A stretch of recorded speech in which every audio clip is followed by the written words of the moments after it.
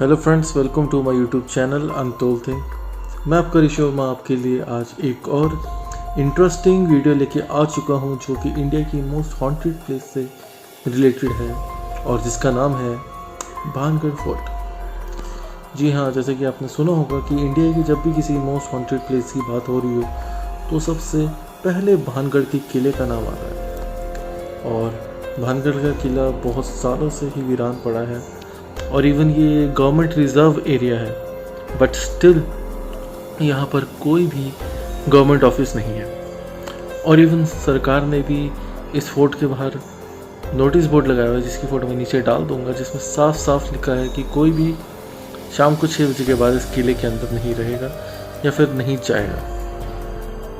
और इसके भूतिया होने के पीछे बहुत सारी स्टोरी जो है प्रचलित है, बट जो मोस्ट फेमस स्टोरी है वो है राजकुमारी रत्नावती की। दरअसल बात है बहुत साल पुरानी, जब भानगढ़ का किला बहुत ही ज़्यादा आबाद था और बहुत ही ज़्यादा समृद्ध था।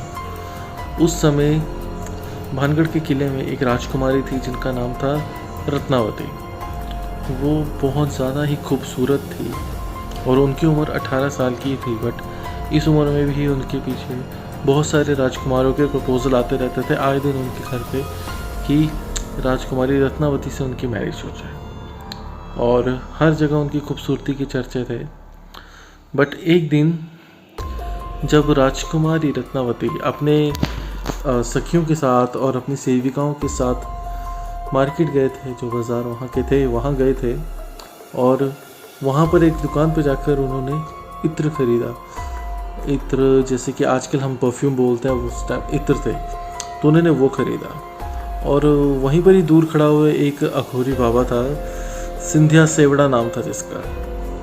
वो वहाँ खड़े खड़े राजकुमारी को देख रहा था और उसकी खूबसूरती को देखकर वो बहुत ज़्यादा मदहोश सा हो गया और वो काफ़ी देर तक देखता ही रहा। फिर उसके मन में एक ख्याल आया कि वो अकेली काली विद्या में बहुत ज़्यादा प्रचलित था कि इससे अच्छी काली विद्या किसी को आती नहीं। सब जानते थे कि वो बहुत ही महारथी है काली विद्या का। तो उसने प्लान बनाया कि जो इत्र उन्होंने चुना है राजकुमारी रत्नावती ने, उसकी एक बोतल लेंगे और उस पर अपनी विद्या से ऐसा कुछ करेंगे कि अगर वो जो भी इत्र था जो लगाएगा उसको, वो खुद ब खुद सिंधिया के पास खींचा चलाएगा।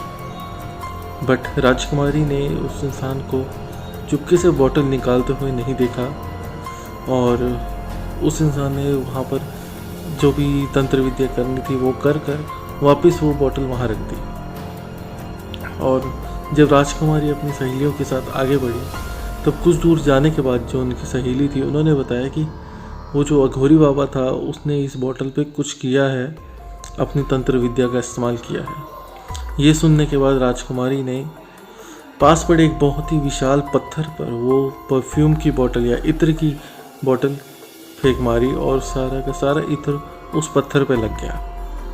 और दरअसल वो पत्थर खुद ब खुद सेवड़ा के पास जाता रहा और उसके ऊपर गिर गया और जिसके नीचे दबकर सिंधिया सेवड़ा की मौत होगी। लेकिन मरने से पहले उसने यहाँ पर श्राप दिया कि इस किले में जो भी रहता है उसकी मौत हो जाएगी बहुत ही दर्दनाक तरीके से।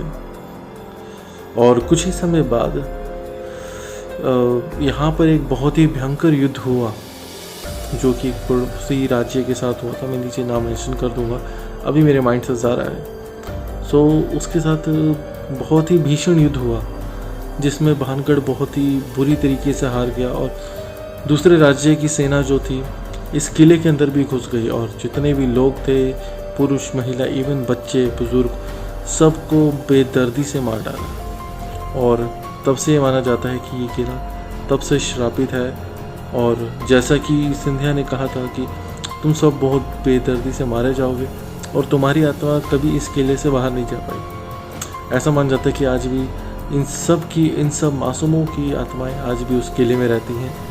और आसपास के लोग जो भी गुजरने वाले लोग हैं जो आसपास रहते थे, उन्होंने बहुत बार कहा है कि रात के समय यहाँ पर कभी किसी के रोने की, कभी बहुत ज़्यादा शोर की, कभी पायल की आवाज़, अजीब अजीब तरीके की रहस्यमय आवाज़ें आती रहती हैं। और इसी डर के कारण भी वहाँ पर के जितने भी आसपास के एरिया हैं उन्होंने भी धीरे धीरे थोड़ा और दूर शिफ्ट होना शुरू कर दिया है। तभी भानगढ़ के आसपास के एरिया भी बहुत हद तक वीरान पड़े हैं। सो ज़रूर बताइएगा कि आज की वीडियो आपको कैसी लगी। अपने दोस्तों के साथ शेयर कीजिए, लाइक कीजिए और नए हैं तो चैनल को सब्सक्राइब कीजिए और कमेंट बॉक्स में ज़रूर बताइएगा कि नेक्स्ट वीडियो मैं किस पर बनाऊँ। Thank you.